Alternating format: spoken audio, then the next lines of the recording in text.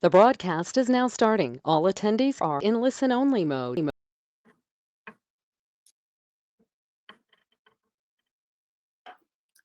Hi, welcome to the American Thoracic Society Pediatric Assembly Live Journal Club. I'm Dr. Emily DeBoer from Children's Hospital Colorado, and I'm so glad that you can take the time to join us for this special presentation. First, I want to thank my co-moderator, Dr. Jane Taylor from UPMC Children's Hospital of Pittsburgh, for spearheading today's session. And we have a unique format today. I'm pleased to welcome Dr. Jeremy Landeo Gutierrez, who's a third-year fellow at UPMC Children's Hospital Pittsburgh, who will summarize the recent clinical literature on COVID-19 in children. And then following Dr. Landeo Gutierrez's presentation, we'll be joined by several division chiefs from across the country for a round-robin discussion of their response to COVID-19. I wanted to note that we asked the presenters to sign in virtually so you can see us, because it's important that we feel connected during this disjointed time. And you can only see 6 of us at a time, so we'll be popping in and out.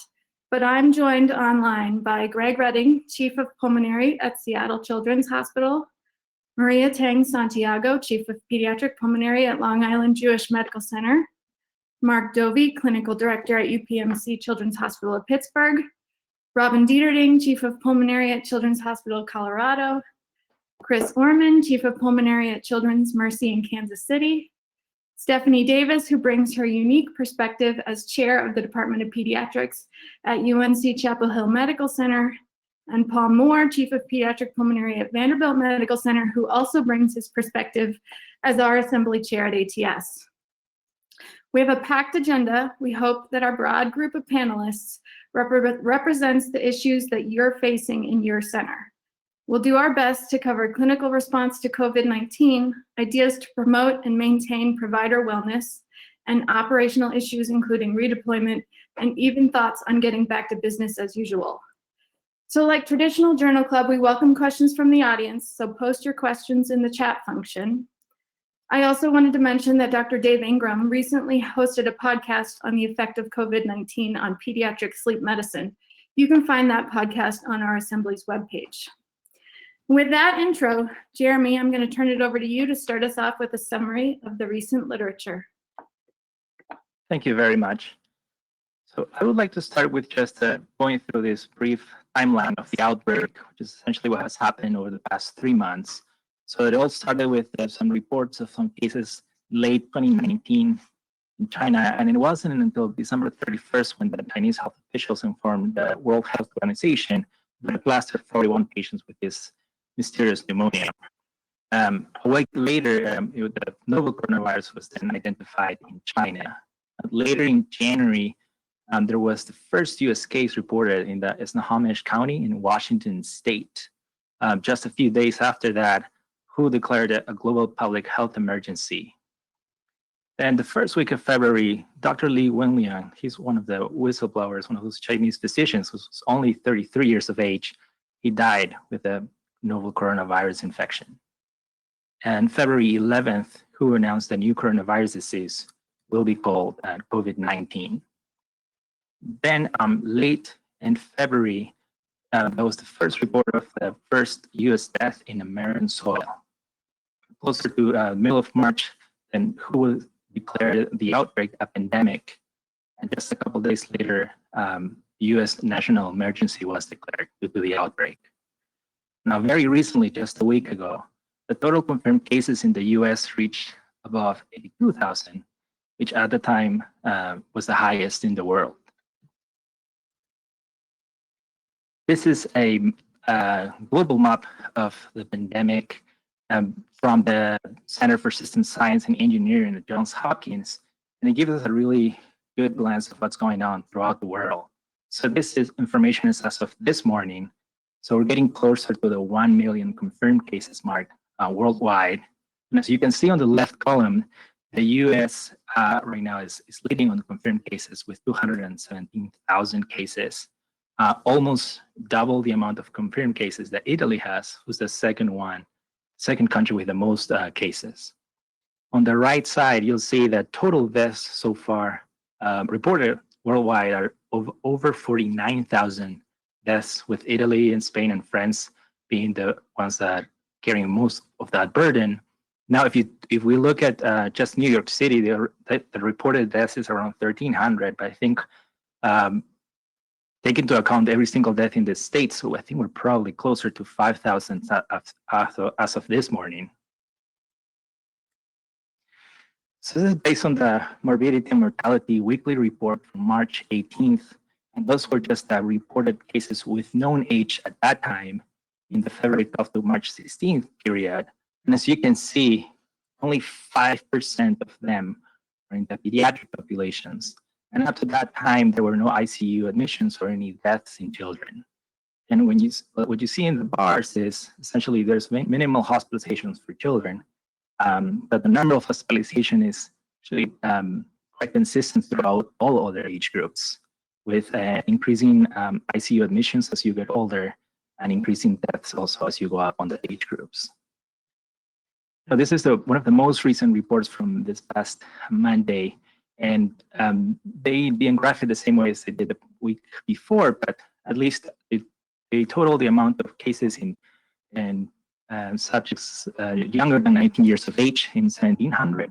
So 48 at least were reported as hospitalized, 8 ICU admissions, and 335 that were not hospitalized. However, there's missing data on the majority of those cases.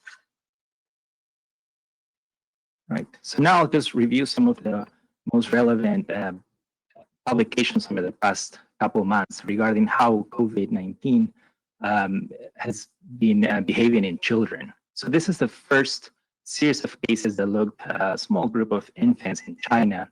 This was primarily a retrospective study from cases between December and February. And to have the confirmed diagnosis, these children had 2 positive test results of the real-time PCR and nasopharyngeal swabs. As you can see, this is the initial report, so it was just 9 patients. And out of those, only 4 had fever, 2 had mild kind of URI symptoms, and 1 had no symptoms, but still tested positive for COVID-19. And in this initial report, none of these infants had an intensive unit care hospitalization. None of them required mechanical ventilation and did not have severe complications. And also, you'll see every single one of them had an infected family member in their homes. So this was the first case series looking into infants that essentially said, yes, infants can also get COVID-19. Well, they seemed that they had lower risk of exposure and complete identification due to milder asymptomatic disease at that point, and family clustering of paternal infected infants, meaning that most of these children were getting those infections from home. This is from another publication in the New England Journal from March 18th, looking at characteristics of the SARS-CoV-2 infection in children. And this, based on a prior review of 72,000 cases in the Chinese CDC, they saw that less than 1% of those cases reported were in children younger than 10 years of age. So essentially, they just wanted to explore or determine the spectrum of the disease in children. This is at Wuhan Children's Hospital. This is just a picture published in the Chinese embassy in Canada of this medical staff at Wuhan Children's Hospital, somebody who's working in the unit caring for children infected with the coronavirus. So they included symptomatic and asymptomatic children that had known contacts with a confirmed case of COVID-19, and they all had nasopharyngeal or throat swabs. So they had almost 1,400 children that were included. However, out of those 1,400, only 12%, so 171 were confirmed to have SARS-CoV-2 infection. So looking at the epidemiologic characteristics, the distribution by this age range are somewhat similar. They saw a little fewer in the infant period, but around 20 to 30% in the other intervals. They also saw 60% of these children were male. Interestingly, regarding their diagnosis, 2/3 of them were diagnosed with pneumonia, and only 20% with URI infection, or only 15% were asymptomatic. So regarding exposure or contact information, the vast majority of them, so above 90%, had a confirmed and suspected family member. So really, the majority occurring within the home. Interestingly, the symptoms that were reported, just a little bit less than half of all patients had cough, 46% of them had pharyngeal erythema, and only 41% had fever. Now, the median duration of fever was around 3 days, but they reported an interval between 1 and 16. And then during their hospitalization, they seemed to, just like maybe 30% of them had temperatures above 38.1. The vast majority had temperatures below 38 Celsius. And less frequently, they had all these other clinical symptoms such as diarrhea, fatigue, rhinorrhea. About 30% had tachypnea and 40% had tachycardia, and a minimal amount just had hypoxemia, only 2%. So, and out of the children that got computed chest CT, they described that the most common abnormality was the ground glass opacity, which is what we see often with viral infections. And either local or bilateral patchy shadowing was between 12 and 18% each. And interstitial abnormalities were less frequent.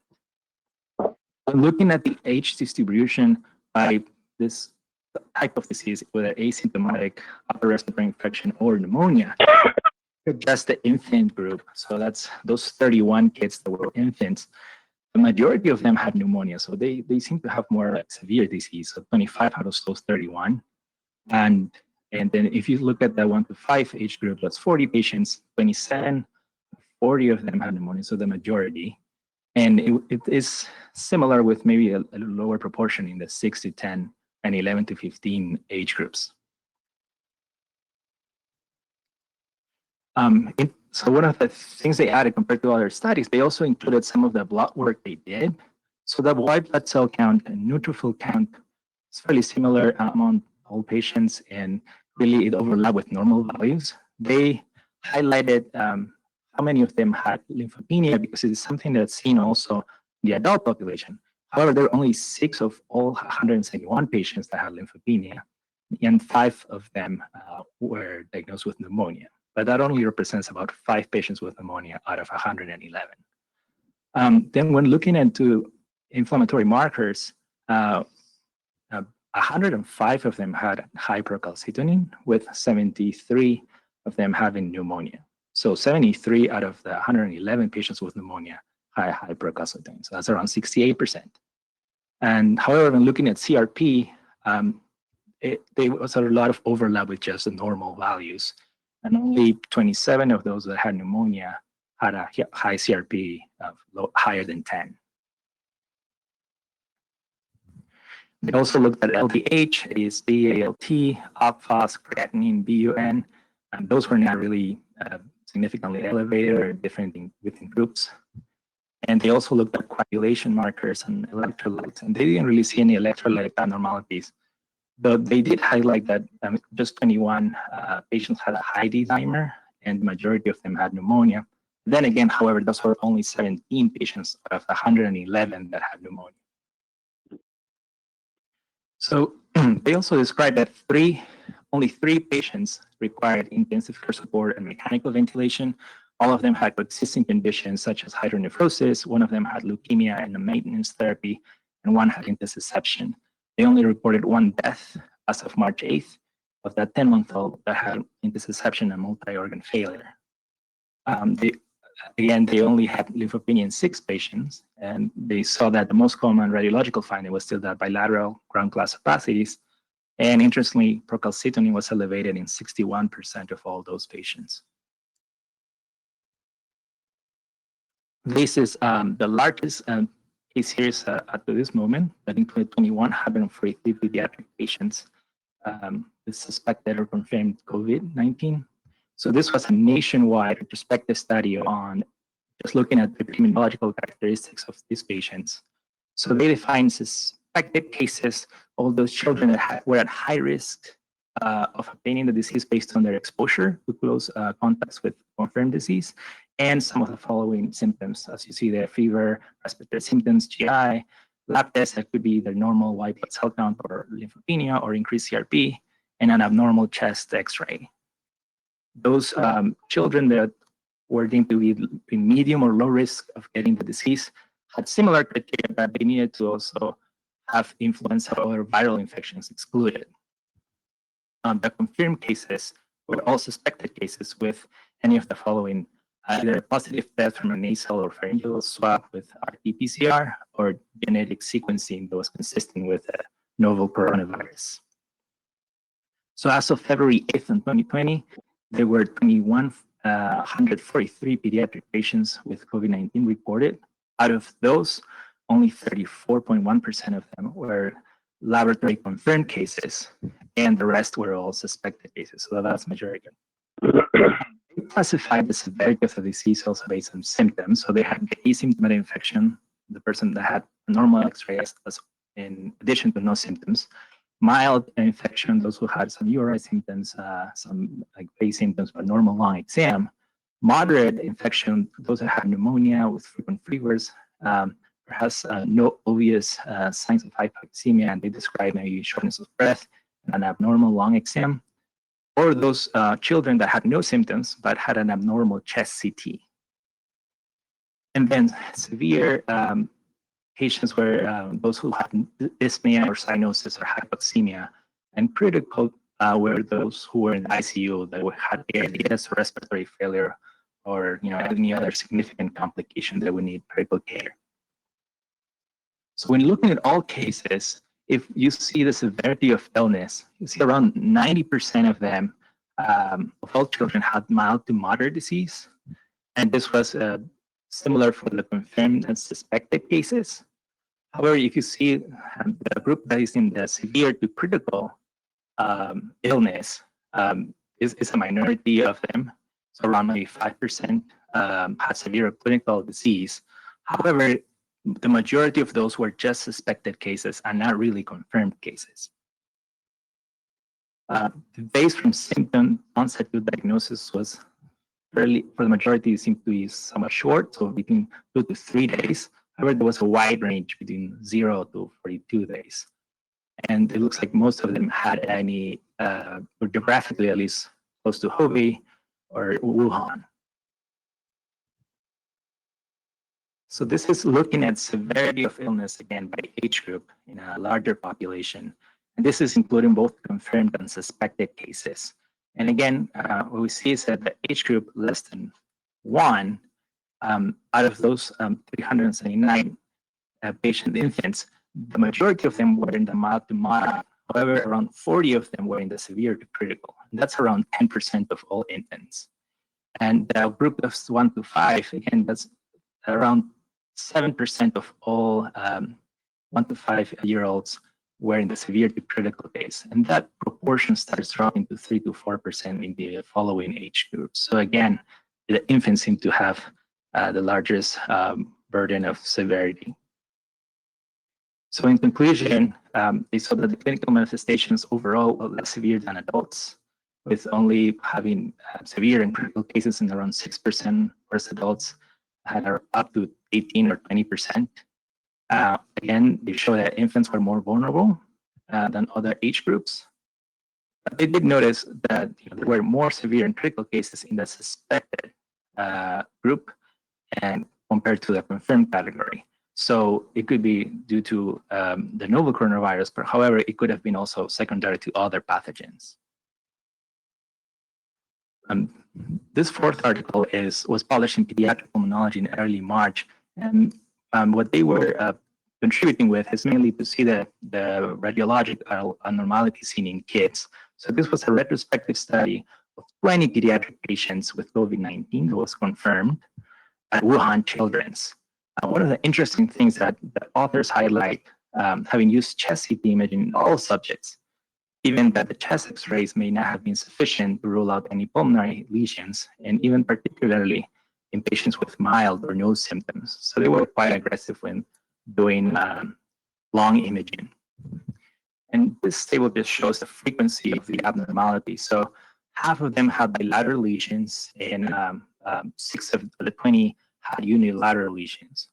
They think that all of them have some sort of subpleural lesion, with half of them having consolidations with surrounding halo sign, which is something that's been seen more in adults. Ground glass opacities was one of the most common features in 60% of them, and then fewer than that, what they describe as fine mesh shadow or tiny nodules. They did repeat some of these imaging in these same children. So it looks like all 20 of them had a chest CT at an early stage when they have had fewer symptoms. So 6 of them had unilateral lesions, 10 had bilateral lesions, and 4 had a no normality in chest CT, and they included 3 newborns in this. The advanced stage, they saw that those lesions expanded. The ground glass opacities and consolidation started to appear. There was septal thickening. At a critical stage, where they were having more symptoms, then the consolidation seemed more diffuse and confluent, and ground glass opacity with more and pleural thickening was present as well. And 6 patients had repeat chest CTs in their recovery stage after treatment. And what they saw is a decrease in the size of the lung lesions. So this slide shows one, the most frequent image is encountered in these children with COVID-19. So you see the scattered ground glass opacities on the left, that consolidation with a halo sign, that left base on figure B, and then the figure to the right side, you see those bilateral ground glass opacities that are worse on the right lung. These are 3 patients, 1 for each column, and how their initial imaging looked with the abnormalities of the opacities and ground glass opacities and pleural thickening, and the repeat images that were in ranges between 4 to 11 days later, and how those images improved, or those lesions improved over time. So in conclusion, they found that chest CT findings were somewhat similar to adults, with having typical manifestations were either unilateral or bilateral, with ground glass opacities and consolidations with surrounding halo sign. And the authors also discussed that early detection with CT imaging could be conducive to a reasonable change in management or early treatment, especially when there had concerns of suboptimal detection of cases with nucleic acid testing. So they were quite aggressive looking into the lungs. And lastly, this is an article that was published in Nature Medicine, and also around mid-March, looking at some potential evidence for persistent fecal viral shedding. And this was a single-center prospective observational study. And essentially what they saw, they followed 10 children that were positive for SARS-CoV-2, ages between 2 and 15 years of age. And they repeated testing both with nasopharyngeal and rectal swabs approximately every 1 to 3 days during their hospitalization. And what they saw was quite interesting. If you look at the graph on the right side, those are the nasopharyngeal swabs. So by day 15, since their admission, all of them are already negative in the nasopharyngeal swabs. However, the rectal swabs on that left graph, you see, are still positive for a few more days, and even as late as 27 days after their admission. So what they saw is that 8 out of 10 patients have persistently positive rectal swabs, and even after the nasopharyngeal testing became negative. So this suggested that there was still viral shedding in the GI system for a longer period of time compared to the respiratory tract. And in theory, this could be indicative of fecal oral transmission could be possible, and that would be particularly important for caregivers, especially those who are older and are at highest risk. Now, however, there's no evidence at this moment that shows that there's like replication competent virus in fecal swabs, and that's something that we would need to confirm that there is potential for fecal oral transmission. Right. These are the references of the articles I was able to review today. Thank you. Thank you, Dr. Landeo, for the concise review of the current pediatric COVID-19 literature. We will now switch over to our panelists for a discussion regarding how different academic centers have adjusted to meet the rapidly changing landscape of medicine during this COVID-19 pandemic. Today, we will ask 3 questions. We will start with question 1 and give each panelist a turn to answer. This process will then be repeated for questions 2 through 3. Our first question today for the panelists is how your center has adjusted their outpatient and inpatient workflow during the COVID-19 pandemic. If you could please touch on the use of telemedicine, inpatient workflow redistribution, outpatient visits, screening and visitation policies, changes in procedure scheduling and infection control protocols, and nebulized medication considerations. So Dr. Redding, we will begin with you.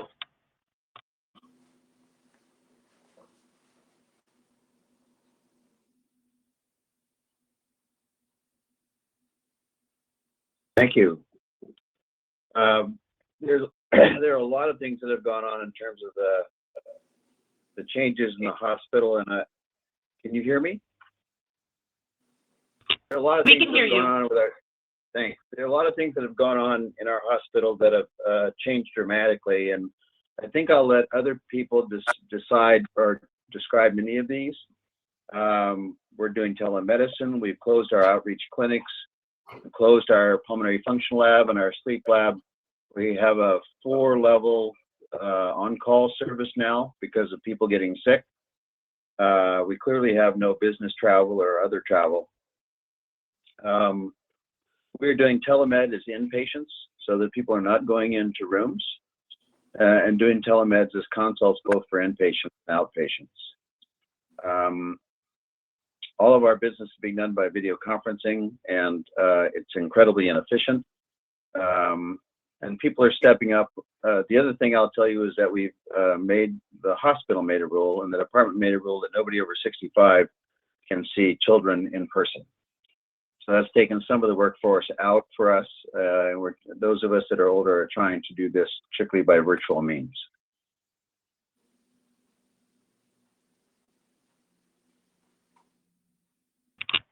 Dr. Santiago, what have you seen in New York? So New York is definitely at the eye of this COVID storm right now. So as of last night, the more than 87,000 patients reported in New York State comprised like 40% of the US experience. In the first week of the epidemic, our hospital was using an ask and mask screening based on travel, exposure, and if you were symptomatic. But we quickly realized that as we got into community transmission, that almost all the patients we saw in the outpatient were going to fall into that symptomatic category, even if they weren't exposed. So we quickly switched to telephonic encounters, and now we're completely on the telehealth platform. We initially divided ourselves into 2 teams where we had like a remote team and a in-office team at one point, trying to see if we could preserve like our work if somebody in those teams were got sick or had to be on quarantine. But now that we're all completely on telemedicine, we only have 3 people in the office at one time. We stopped doing PFTs except for a very rare emergent PFT. 2 weeks ago, we had an heme-onc patient who needed a PFT in order to start a new treatment, but we're really not doing them. We stopped doing nebulized treatments. We stopped doing cultures and RVPs in the office. And we had our RTs reach out to all our tech-dependent patients. We have about 90 on non-invasive ventilation or on our home vents. So we wanted to make sure that they had all their equipment, their medications and their rescue plans in order. We also told them that if they had to come to the emergency room, that we wanted them to bring their ventilators with them and make sure that they bring all the plugs and all that, so that in case there was a shortage of vents in the hospital, they could use their home equipment, like in the hospital. The hospital part of it, we wanted to stop doing nebulizers, but New York is one of those states where Medicaid doesn't pay for like spacers. So but they do pay for nebulizers. So many of our patients are on nebulizers at home. And so I quickly reached out to our medical director and leadership in our outpatient services, our inpatient hospitals, ICU and ER docs. And we wanted to come up with like protocols so that we would switch over to exclusively doing MDIs. But we faced a couple of like challenges in that we were told by pharmacy that if we switched all the patients who were albuterol nebulizers in the hospital on that day, we would run out of MDIs in a week or two because of a national shortage. And if we wanted to do PPEs for the RTs who were giving treatments, we would run out of N95s. We are reusing N95s in our institution right now. We also had very limited testing where it took us like 3 days to get an answer if a patient who was suspect had COVID or not. That has now improved so that we've expanded our testing, assuming that all the people who are coming into the ER who have fevers, pneumonia, or respiratory distress are suspect, and we're testing them from the ER. We also expanded testing to our immunocompromised patients and our CF patients as well. On the inpatient side, I think I've reached out to my colleagues in other hospitals in New York. COVID is taking over our pediatric hospitals. We gave up pediatric beds at Cohen Children's so that our usual 450 bedded adult hospital now has 750 beds. We're still seeing patients on the inpatient side and trying to minimize having to do physicals on our consults. And our ER is seeing patients up to the age of 30.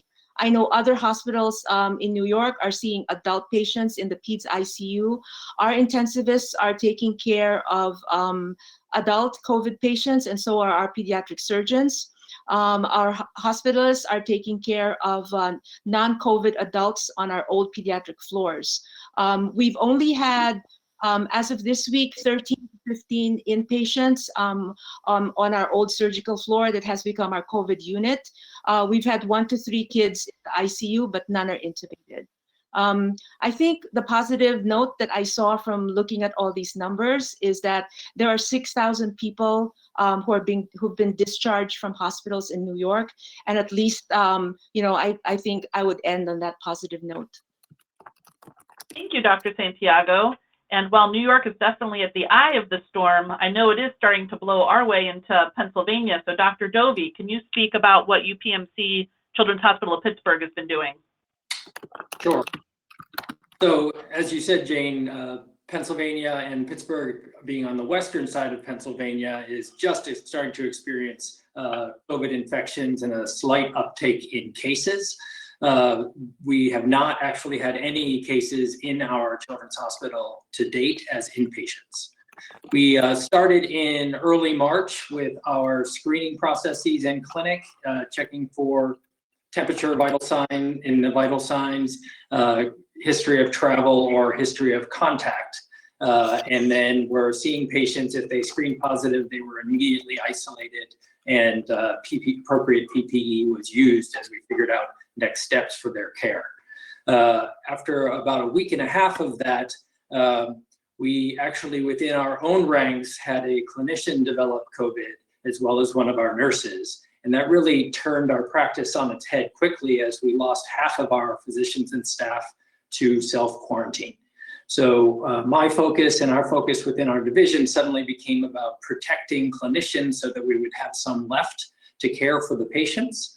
And so we immediately went to 100% telemedicine. Initially, because we were ahead of the curve in our own institution, we did entirely telemedicine by phone. And then as we were able to find appropriate resources, we were able to start doing actual telemedicine through Doxy.me for all of our visits, which has finally rolled out this week. We are 100% telemedicine unless we determine that an outpatient needs urgent care that is not infectious in nature.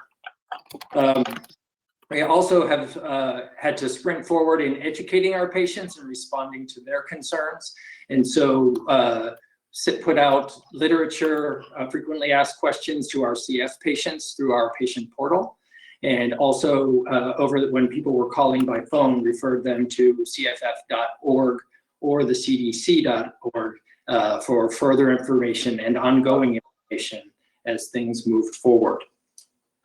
On the inpatient side, we reduced our services. We usually have a consult and inpatient service. We reduced that to a single service with one attending and one fellow rounding, and seeing both inpatients and consults to minimize provider exposure to the virus.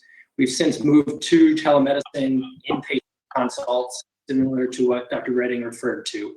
And we have decided that our fellows actually will not go in the room to see the patient unless it is critical to the patient care. So the attendings are in fact the ones performing the exams on the inpatients. For our bronchoscopies, we are doing as few as possible. And since it's an aerosolizing procedure, we are using N95 on all bronchoscopies, not just COVID under investigation bronchoscopies, given the known silent carriers. And we really are using it as a procedure of last resort when other things might address the reason for bronchoscopy. Similarly, we are having the same issues with albuterol, and initially put a protocol in place for decreased nebulization and using MDIs, and now we're starting to run short of MDIs. So had to create a second protocol as to who got MDIs, mostly the COVID or COVID concerning patients, as opposed to the run-of-the-mill CF or what have you that we are continuing to use nebulized now as before. The final piece is that in our hospital, we have reduced visitation significantly so that children are allowed one parent in with them and no other visitors. And so there is sort of a lockdown within the hospital with very few people going in and out. Thank you, Dr. Dovey. Dr. Detterding, what have you been seeing in Colorado? Well, our surge is, peak surge isn't expected until April 17th. We are watching very carefully and talking to our colleagues in New York and Seattle. Thank you all for sharing, and our Italian colleagues and those in Europe. You know, I could say me too to most of the things that have been said. We are operating in the hospital in situations where we're trying to conserve PPE. We are doing inpatient tele, so we don't go in the room. We are still providing consultative services with tele and more of a tele physical exam format, and still billing for those. We do have a swap COVID bronch team and a bronch team that has the appropriate PAPR gear to be able to use. We still are functioning with all of our services. It has been slow because other viruses, if you isolate people, other viruses go away too, but we are picking up. Our hospital is offering to serve in the 7-state region as a referral source as hospitals begin to see more and more adults. So we're hoping we can be the pediatric center that can help take care of kids in an efficient way while other hospitals are thinking about adults. Our command center has been up for many weeks now. We're in constant communication across the region about securing PPE. As others have said, protecting our faculty and staff has been paramount. We have seen a couple COVID positivity in-house, but no one that is that severely ill at this time, but we're all aware of the transmission risk to our staff. So we're very careful, and everybody's following procedures with a lot of protective PPE strategies going on. So inpatient, our teams, we went to a committee structure very rapidly, putting faculty in charge of inpatient, outpatient, childcare procedures so that they can begin to communicate throughout the organization about how we're acting now and when we come back on board. And in outpatient, like everyone else, we move rapidly to tele. We might have been doing 15 televisits a week before, so we did have some tele experience. Now we're doing up to 70 a week in pulmonary alone, and we're one of the leading groups at Children's in pulmonary doing that. I think the interesting part is how our parents have been reacting to that.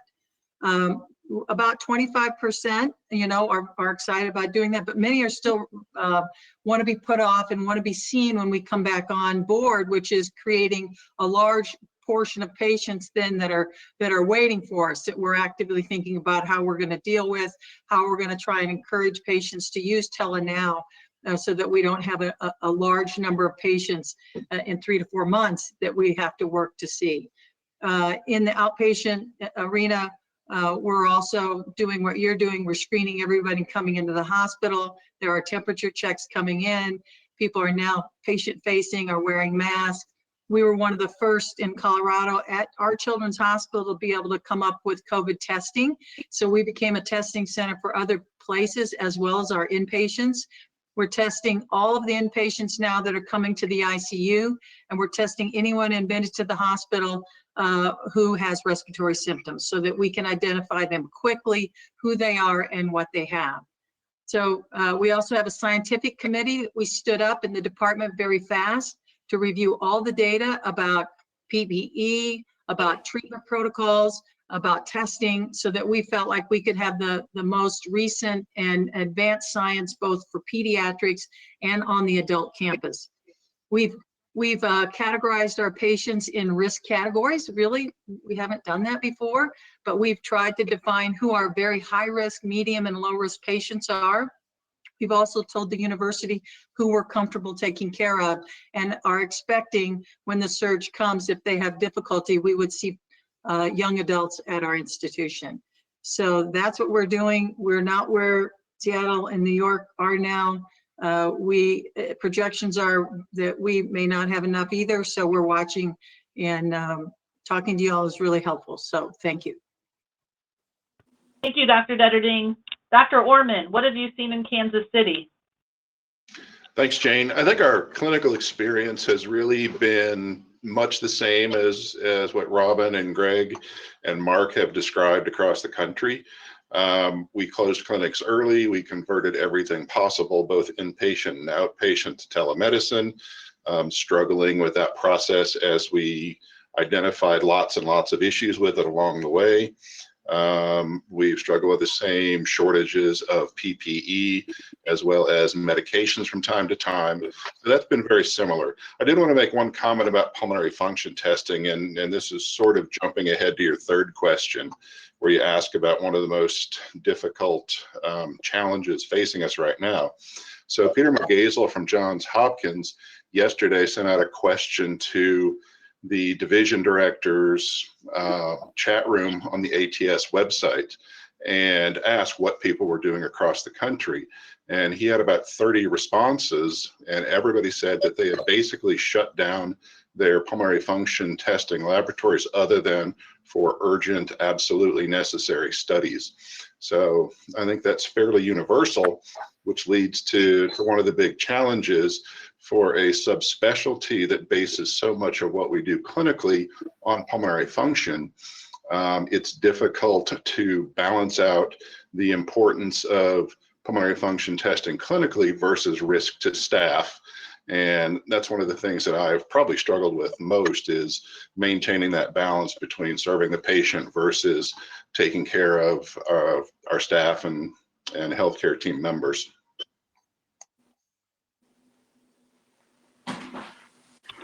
Thank you, Dr. Orman. Dr. Davis, what are your thoughts?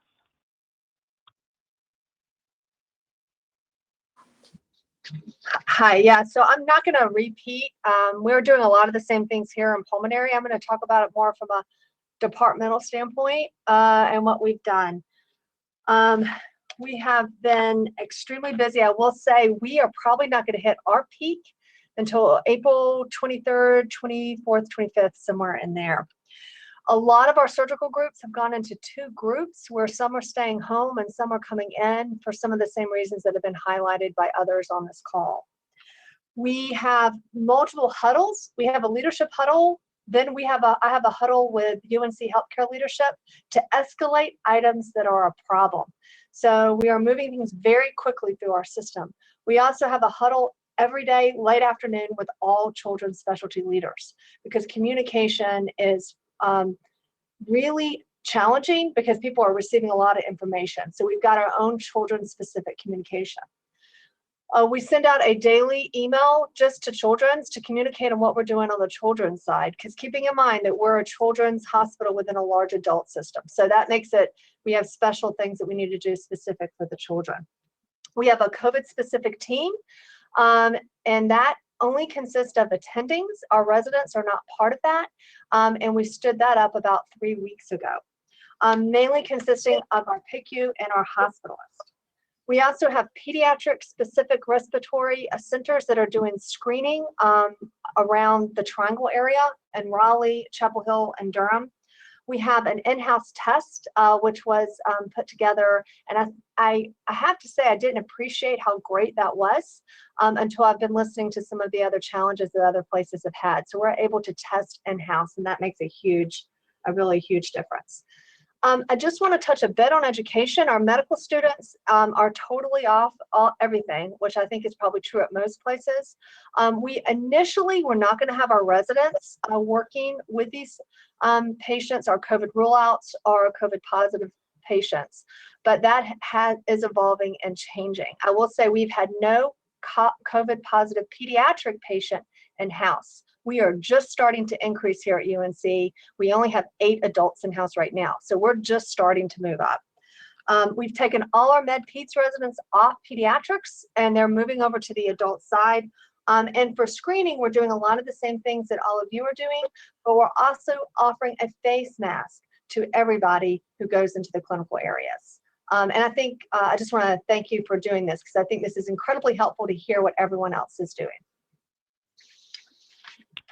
Thank you, Dr. Davis. Dr. Moore, what are you doing at Vanderbilt?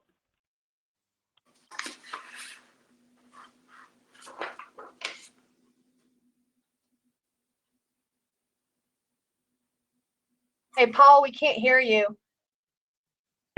Thank you. Sorry. So we've been fortunate here at Vanderbilt in Nashville not to have any inpatients with COVID-19. We've got about 20 outpatients, but we've not had any inpatients. I think all of our plans are similar to all the other large academic medical centers in terms of, switching really to a telehealth platform, and all the things that we're doing for staff have been outlined. So I think for time's sake, I think we could certainly move on to the next question. I certainly appreciate you and Emily organizing this session today. Thank you.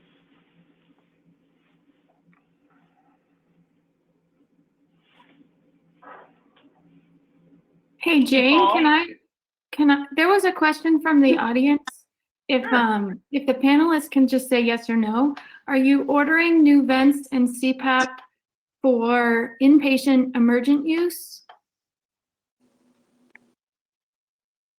This is Priest of Children's Mercy. We are not. We are well supplied, and again, no one really expects to see a huge volume of pediatric sick patients. We also know that in our own home care organization, we've got 25 ventilators sitting on a shelf waiting to be used if necessary. This is Greg Redding in Seattle. We've given away our trilogies to the adult folks, and we've actually had requests for backup ventilators and our home care kits to be given to adults as well. So we're not stockpiling ventilators in our hospital. We're actually giving away as many as we can to the adult folks. And how about for non-emergent outpatient use? New BiPAP for obstructive sleep apnea. I know the sleep labs are closed. Anybody ordering it for outpatient?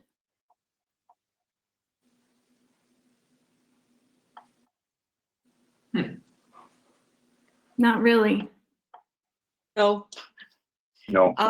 New York, it hasn't come up recently. Okay. Okay, Thanks, thank you. Now for our second question. Our second question for the panelists is focused on how they have addressed staff considerations during the COVID pandemic and dealt with physician redeployment, information overload, the mental well-being of staff while continuing to foster an environment of teamwork, but remaining safely distanced. So Dr. Detterding, we'll start with you. Okay. Let me turn my thing on here. Can you see me? Okay. So I think, this has been real enlightening to me. This is obviously something we've never experienced. And being isolated, most of our faculty all are working at home unless they have clinical responsibilities. We are seeing, as I said, almost no patient in the clinic, all is tele. So our ability to connect is limited. We began to recognize right away that early on in this, that really was a loss for people. So we send out daily emails. Mark Brown, my associate medical director, and I put those together to organize the data specific for our Breathing Institute faculty. We then began to do a once a week Zoom meeting where at 7 in the morning, where we asked all of our organization, everybody who deals with breathing, to join us at 7 a.m. and to turn their video or their webcam on. And to our surprise, we had 130 people join our webcam at 7 a.m. We had an informational session because we also realized that leadership knows more than perhaps other people in the field. So it gave them a chance to hear from us. We wanted to do shout outs for people who are extraordinary during this period. And there are many heroes during this time in big and small ways. Shouting those names out and finding a way to recognize and share is very important. And then we had our psychologists talk about well-being and things that people wanted to see. So we surveyed people about ways that they felt like they would participate. So in luncheon or happy hour webcams, in exercise groups where you have goal-based or step-based, and people are signing up for Microsoft Teams to participate. But one of the biggest, it was almost palpable things that happened that taught me something. At the end of our first Zoom webinar, where people were on, most people had their webcam on with their kids. At the end of the meeting, when it ended, people didn't get off. They waved at each other. They just wanted to continue to see each other. There was this sense of loss about, we can't see you now, and we miss that. That was real insightful. So meetings now where you can see people with your webcam on are really important to us. People are participating. Other people at Children's now picked up the Zoom meetings. So that was real insightful. And so organizing communication, creating visibility in this isolation was a real learning moment for us. Thank you. Dr. Orman, what about you in Kansas City? Thanks, Jane. As you know, but a lot of people don't, Children's Mercy is really truly an independent children's hospital, and we don't have any adult counterparts. So the risk of us, needing to absorb kids from other places or having our staff redeployed to assist in adult intensive care units or other areas of the hospital is virtually zero. We are keeping in contact with adult hospitals in the region, but redeployment outside Children's Mercy really hasn't been an issue or a concern. We have certainly laid the groundwork for redeploying patients within Children's Mercy itself. But my bigger concern is not redeployment, but managing to keep everybody working and getting a paycheck. I think we've heard from everybody that clinic visits have decreased considerably, inpatient work has decreased considerably, and really my bigger concern is not redeployment, but maintaining folks doing what they're doing. That's that part of the question. The other part was about well-being, and Children's Mercy has got all sorts of things going on. There are wellness meetings, yoga classes, massage, all sorts of things that are going on, as I'm sure they are in other places. Like Robin and the folks in Colorado, we do have daily huddles where we review things. Most people will sign on with audio as well as video. We are continuing our routine academic meetings virtually with audio and video. So we're doing all those things to keep people connected and hopefully enabling us as leaders to keep an eye on how people are doing emotionally and mentally.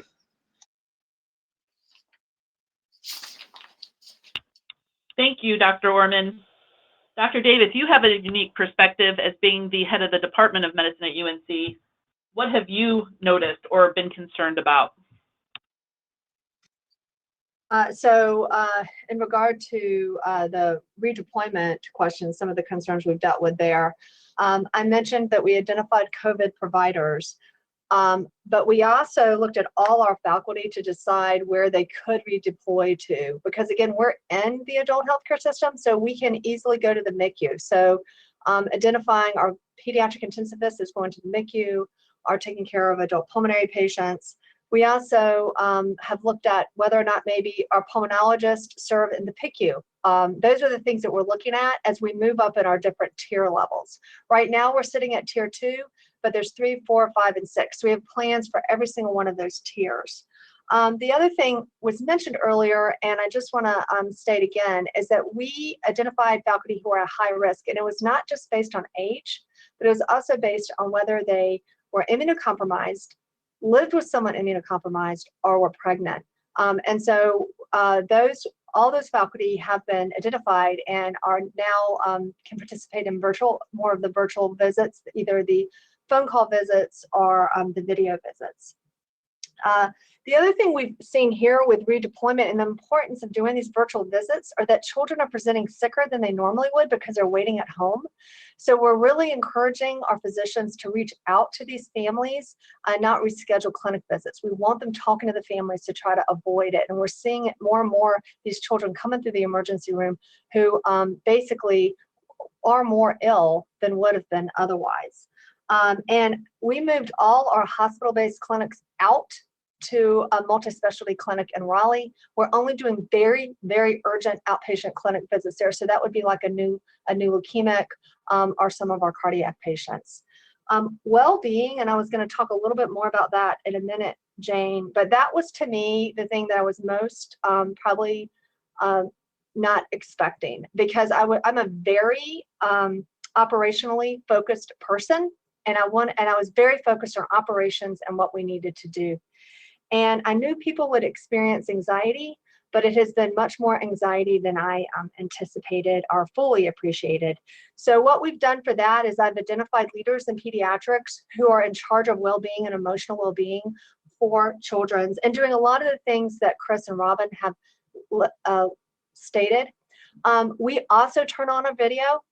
We started doing that, and I've had people tell me this is their lifeline to be able to see people on the video. The physical distancing is challenging. We've switched from social distancing, from using that word, to physical distancing. I've also really worked on how do you run a virtual meeting? This is very different than what we're used to. So that's been a lot of the work as well. I've been very deliberate about asking people how they're coping, because people are scared, and ambiguity is really, really, really, really tough. And every single day something changes in our processes, and really validating that as well. We've also put photos out of what people are doing around the department, whether with their families, getting a new pet, whatever that may be. And the other thing is just acknowledging that people may be experiencing the stages of grief as they go through this, because you really don't know what other people are experiencing at this time. So I'm sorry, that was a little bit long-winded and went into the third question, Jane, which is what was the most unexpected experience for me? And that was one of them, was the anxiety that people are feeling. Thank you, Dr. Davis. Dr. Moore, what about you at Vanderbilt? So I agree that I think communication is key in whatever ways that you can do that.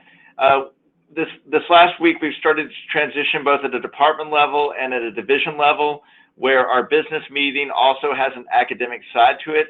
On the department level, we're certainly focusing on academic things related to COVID-19, having folks from our psychology center speak about aspects of how to talk with children, and recognizing, as Stephanie just said, about the stress that the care providers feel, and acknowledging the different things within our system.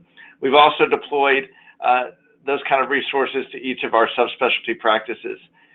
The other thing that has struck me is, you know, over the last year or so, in some ways, we've talked about the future of pediatric pulmonary medicine and why we are here as a subspecialist. And I think in a crisis moment, I think here we can clearly see why academic medical centers are so important. You know, in Nashville, people have looked to Vanderbilt, to our leadership, to the CEO of our hospital. They've certainly looked to within the community as having the plans and reassuring the community that, you know, as the surge comes this way, that we've done everything that we can to prepare. I think as children's hospitals and certainly in pediatric pulmonology, that we have, again, asserted our role within the community. And I think that that's one important thing that's going to, once we get past this crisis, I think that's one of the important things that's going to come out of this, as people are going to recognize our role as leaders within the subspecialty, both within the children's hospital, but in terms of the greater academic community. Of course, most of us here are not facing the front line like our colleagues on the adult side are, but I think that there are many important things that we can do in the community. The last thing I want to add is just one thing that's been so rewarding is the outpouring from our communities. It may not have made your news in your community, but yesterday, Dolly Parton gave $1 million to Vanderbilt to support our efforts here. And I'm sure every place has just seen an overwhelming support of philanthropy and kindness for the healthcare providers and for the first responders. And I think that those efforts are important. I think I've encouraged the folks in my division and in our group to continue to serve each other and to reach out and to have those daily conversations one-on-one so we can support each other. Thank you. Thank you, Dr. Moore.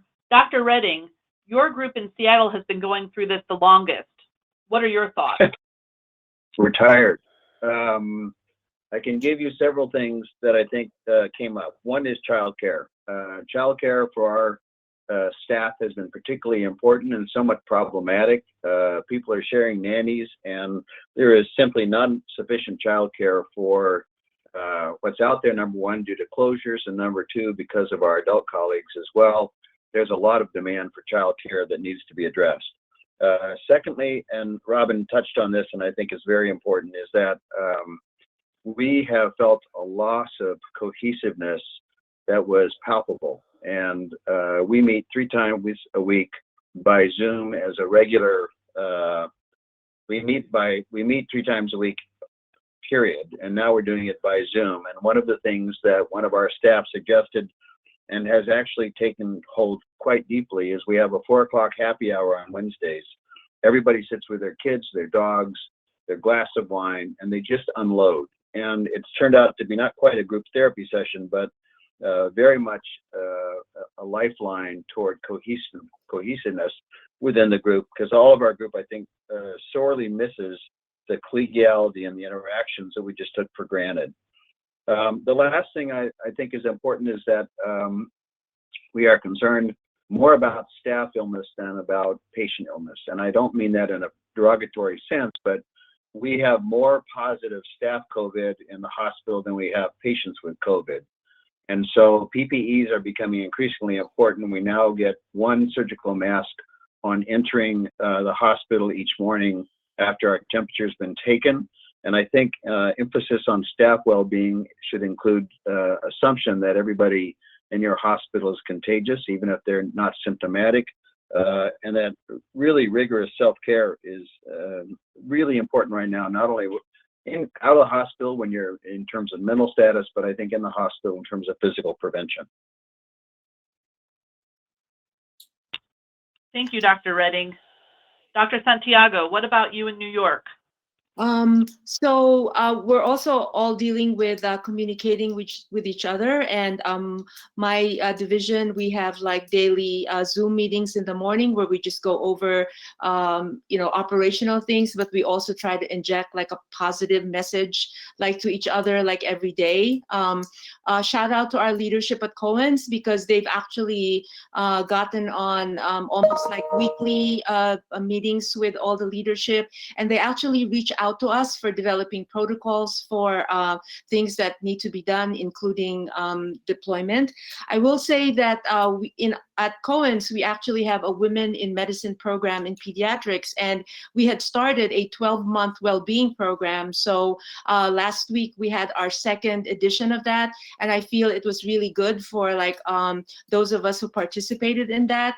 And finally, there are many things that are going on positively, but I'll say at our hospital, it's still happening that when you're in the hospital, you hear the overheads of rapid response to like a medical unit that is a COVID unit. and 2 seconds later, you're going to hear anesthesia stat. So you know that there's another like COVID patient who's being intubated. And so what they started this week is that there's now like a special signal when a COVID patient is going home. So sort of like bells are, go off, and that's a signal to all of us that there's another win. And those are just some of the things that are happening to our hospital in New York. Thank you, Dr. Santiago. Dr. Dovey, what about Pittsburgh?